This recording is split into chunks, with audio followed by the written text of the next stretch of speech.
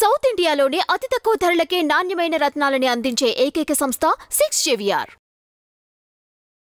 నమస్తే అండి, welcome to our channel.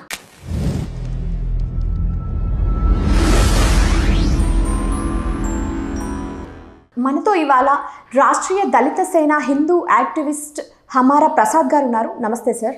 నమస్తే అమ్మా, జై శ్రీరామ్. సార్, ఇప్పుడు మొన్న వైకుంఠ ఏకాదశి రోజున ఆ టికెట్ల కోసం తిరుమలలో తొక్కిసలాట జరిగింది. ఆ తొక్కిసలాటలో 7 చనిపోయారు, 45 మందికి పైగా గాయపడ్డారు. ఆ చనిపోయిన వాళ్ళ సంఖ్య ఇంకా ఉండొచ్చు, బట్ బయటకు రావట్లేదు అని చెప్తున్నారు. అంటే దీన్ని ఎలా చూడాలి సార్? అసలు ఇప్పుడు 7 చనిపోయారంటే దానికి ఎవరు బాధ్యత వహించాలి?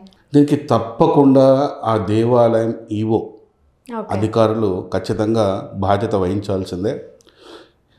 ఎందుకంటే దీన్ని కంప్లీట్గా పోలీస్ వాళ్ళ మీద కూడా చూపిస్తున్నారు. ఇమీడియట్గా ఒక డిఎస్పీని కూడా సస్పెండ్ చేయడం జరిగింది. నేనేమంటా అంటే ఒక పోలీస్ శాఖనే కాదు, అందులో ముఖ్యమైన దేవాలయంలోని ఈవో స్థాయి నుంచి కావచ్చు, ప్రతి ఒక్కరిని కూడా మేజర్ పెద్ద స్థాయిలో ఉన్న ప్రతి ఒక్కరిని కూడా సస్పెండ్ చేయాలి. ఎందుకంటే ఈ సమయంలో ఖచ్చితంగా అక్కడ టికెట్స్ కోసం జనాలు వస్తారని చెప్పి తెలుసు. మీరు పెట్టింది దానికోసం టికెట్స్, స్పెషల్ టికెట్స్ కదా, ఖచ్చితంగా అక్కడికి జనాలు వస్తారని తెలుసు. అంటే కింద ఇప్పుడు సెక్యూరిటీ ఉంటుంది. అంటే పైకి జనాలు అంటే ఎంతమంది భక్తులు వస్తున్నారు అనేది ఒక క్యాలిక్యులేషన్స్ అయితే ఉంటాయి. అంటే రెగ్యులర్గా రావాల్సిన దానికంటే ఇప్పుడు ఎక్కువ వస్తున్నారు అనే క్యాలిక్యులేషన్ వాళ్ళకి ఆల్రెడీ తెలిసింది. తెలిసినప్పుడు ఏం చేయాలి? వాళ్ళు ఇమీడియట్గా పోలీస్ శాఖకు తెలియజేయడమో, లేకపోతే అక్కడ ఏదైనా సెక్యూరిటీ వ్యవస్థను పెంచడమో చేసి జనాలకు ఇబ్బంది కలగకుండా చేయాల్సిన బాధ్యత ఎవరిది? దేవాలయాలే కదా. మరి దేవాలయాలకు ఖచ్చితంగా వాళ్ళ మీద యాక్షన్ ఎవరు తీసుకోవాలి? వాళ్ళ మీదే కదా తీసుకోవాల్సింది మేజర్గా.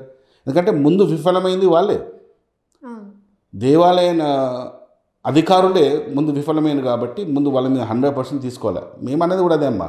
ఇప్పుడు వాడు ఈ ప్రభుత్వ చేతిలో ఉండడం వల్ల, వాని చేతిలో వీని చేతిలో ఉండడం వల్ల వాళ్ళు ఇష్టం వచ్చినట్టు టికెట్స్ ఇస్తానుడు, ఎంతమంది భక్తులు పైకి రావాలో డిసైడ్. అసలు దేవాలయం పోతున్న భక్తులను కంట్రోల్ చేయడం ఏంటి? మీరు ఇంతే మంది రావాలా, అంతకంటే ఎక్కువ రావద్దు. ఇప్పుడు జగన్మోహన్ రెడ్డి ప్రభుత్వం ఉన్నప్పుడు ఒక సంఖ్యను ఫిక్స్ చేస్తారు వాళ్ళు. అదేంటి దేవాలయం పోతుంటే అంతే రావాలని రూల్ ఉందా? ఎంతమంది వచ్చినా నువ్వు ఫెసిలిటీస్ ఇవ్వాలా. ఇవ్వలేని పక్షంలో నువ్వు పక్క జరిగిపో, హిందూ సమాజానికి అప్పచెప్పు, దాన్ని మేము చూసుకుంటాం దాన్ని, అంతే కదా. అంటే మా దేవాలయం మీద భక్తులు ఎంతమంది రావాలా, మాకు ఏ పూజలు జరగాల, ఎంతసేపు జరగాల. ఈ విఐపీలు వస్తే మొత్తం వీళ్ళందరినీ రోడ్డు మీద పెట్టేస్తారు, మొత్తం వీళ్ళని బాక్సులలో ఆపేస్తారు. వీళ్ళను బ్యారక్లో బాక్సులో ఉంటారు, వాటిని అక్కడ ఆపేస్తుంటారు. సో ఇవన్నిటిని కూడా ఒక ప్రక్షాళన జరగాలి. అంటే దేవాలయాలు ఖచ్చితంగా హిందూ చేతులకు రావాలనేది కూడా మొన్న మీటింగ్ జరగకుండా దీనికి కారణం. ఇలాంటివి జరుగుతాయి. అంతకుముందు ఒకసారి పులి అటాక్ కూడా ఒకటి జరిగింది. అంటే రక్షణ వ్యవస్థ లేదు. అంటే ప్రభుత్వాలు కావచ్చు, ఈ అధికారులు, ప్రభుత్వం నుంచి నియమించబడ్డ అధికారులందరూ కూడా దేవాలయాన్ని ఒక వ్యాపార సంస్థల్లాగా చూస్తున్నారు. వాళ్ళకు ఆధ్యాత్మిక కేంద్రాల్లాగా చూడట్లేదు వాళ్ళు. సో ఇక్కడ ప్రాబ్లం అదే వస్తుందన్నమాట. ఇది ఆధ్యాత్మిక కేంద్రము, ఇది వ్యాపారం చేసే కాదు. ఎందుకంటే మన యాదగిరిగుట్ట లక్ష్మీ నరసింహస్వామి దేవాలయం కూడా కట్టినప్పుడు కేటీఆర్ గారు ఒక స్టేట్మెంట్ ఇచ్చారు. అక్కడి నుంచి ప్రతి సంవత్సరం ఇంత ఆదాయం రావాలి అని. అసలు ఆదాయం అది మన బిజినెసా? అది వ్యాపారమా?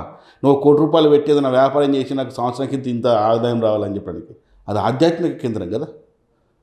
సో ఇదనమాట. రాజకీయ నాయకుల దగ్గర ఏమైపోయిందంటే అదొక వ్యాపార కేంద్రము, లేదా అదొకటి ప్లస్ రాజకీయ నిరుద్యోగాన్ని నింపుకోవడానికి, భర్తీ చేయడానికి. అంటే అందులో చైర్మన్లని, డైరెక్టర్లని, వీళ్ళని అందరూ ఎవరు ఉంటారు? రాజకీయ నాయకులు ఉంటారు. ఆ రాజకీయ నాయకులను భర్తీ చేసుకొని దేవాలయాల మీద పడి మేము వేస్తున్న హుండీలో డబ్బును అప్పనంగా తింటున్న దౌర్భాగ్యం వీళ్ళంతా.